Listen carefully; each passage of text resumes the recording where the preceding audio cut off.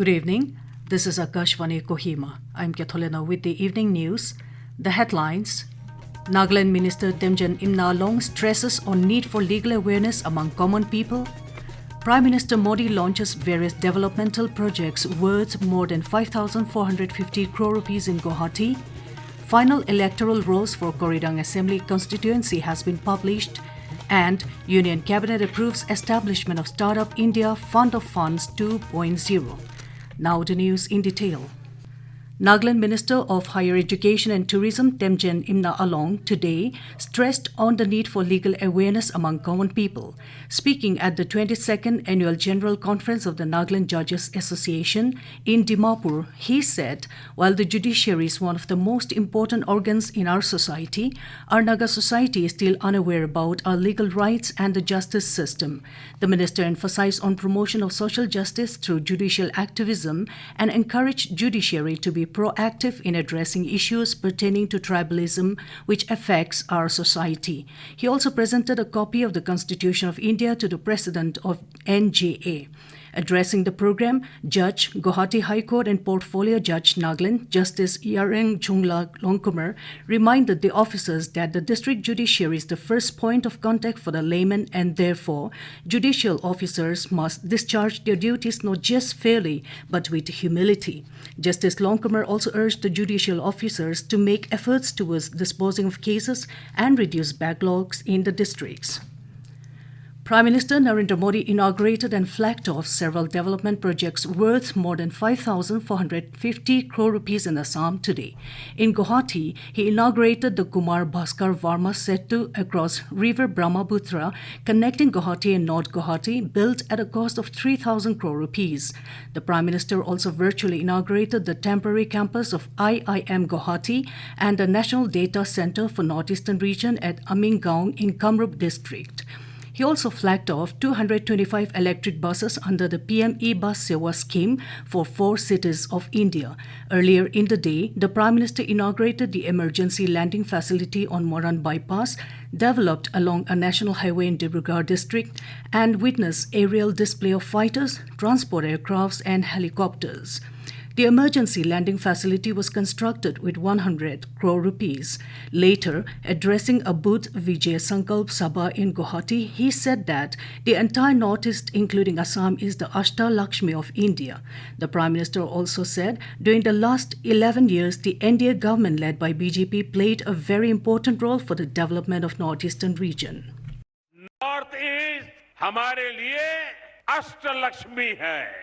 इस वर्ष का बजट अष्टलक्ष्मी के लिए बीजेपी एनडीए के विजन को और मजबूती देने वाला है. बजट में बहुत अधिक फोकस नॉर्थ ईस्ट को आर्थिक रूप से आत्मनिर्भर बनाने पर है. इस साल असम को टैक्स की हिस्सेदारी के रूप में लगभग 50,000 करोड़ रुपए मिलने वाले हैं. Office of the Chief Electoral Officer Nagaland has published the final electoral rolls for Koridang Assembly Constituency under Mokoktun district, which is due for by-election. According to the publication, the total number of general electors is 22,266, which include 11,235 male and 11,013 female voters, while there are 124 service electors, including 123 male and 1 female voters, bringing the overall total voters to 22,390. The final electoral rolls can be viewed or downloaded from the official website of the Chief Electoral Officer Nagaland at ceo.nagaland.gov.in or voters.eci.gov.in. Information and Broadcasting Minister Akashvani Vaishnaw today said that the last cabinet meeting at the South Block was held yesterday. Addressing the media in New Delhi, Mr. Vaishnaw announced that future cabinet meetings will now take place at Seva Tirth. Cabinet Committee also approved the launch of the Urban Challenge Fund with a total central assistance of 1 lakh crore rupees. In a major boost to India's growing startup ecosystem, the Union Cabinet has approved the establishment of the Startup India Fund of Funds 2.0 with a total corpus of 10,000 crore rupees for the purpose of mobilizing venture capital for the startup ecosystem of the country. सारा focus deep tech startups की तरफ जा रहा है. A significant focus is now shifting towards deep tech startups. Startups are themselves creating a certain depth and technical expertise, which is enabling movement towards deep technology. Under the Startup India Fund of Funds 2.0, the government will provide a fund of rupees 10,000 crore. Along with this, many other funds will be associated with it, and together they will create a system for investment in startups. Startups में investment का system बनेगा. This is Akashvani Kohima giving you the news. For quick news update, follow us on our X handles AIR News Alerts and AIR_Kohima. You can also listen to this news bulletin on News on Air app and YouTube channel AIR News Kohima. Welcome back. You're listening to the evening news. MLA Achambemo Kikon has reiterated demand for quality work along the entire stretch of the Foothill Road construction, including 5 steel bridges in Bandari subdivision of Wokha district. Addressing the meeting of the Subdivisional Planning and Development Board in Bandari yesterday, Mr. Kikon, who is also the chairman of the SDPDB, said that work should be expedited to meet the set deadline of March 31, 2026. The MLA further urged the construction companies, contractors, government departments, organizations and public of villages to contribute positively towards making the Foothill Road functional on time as collective shareholders. Union Minister for Women and Child Development Annapurna Devi today said that the government aims to make every working sector safe for women and provide equal working opportunities to them.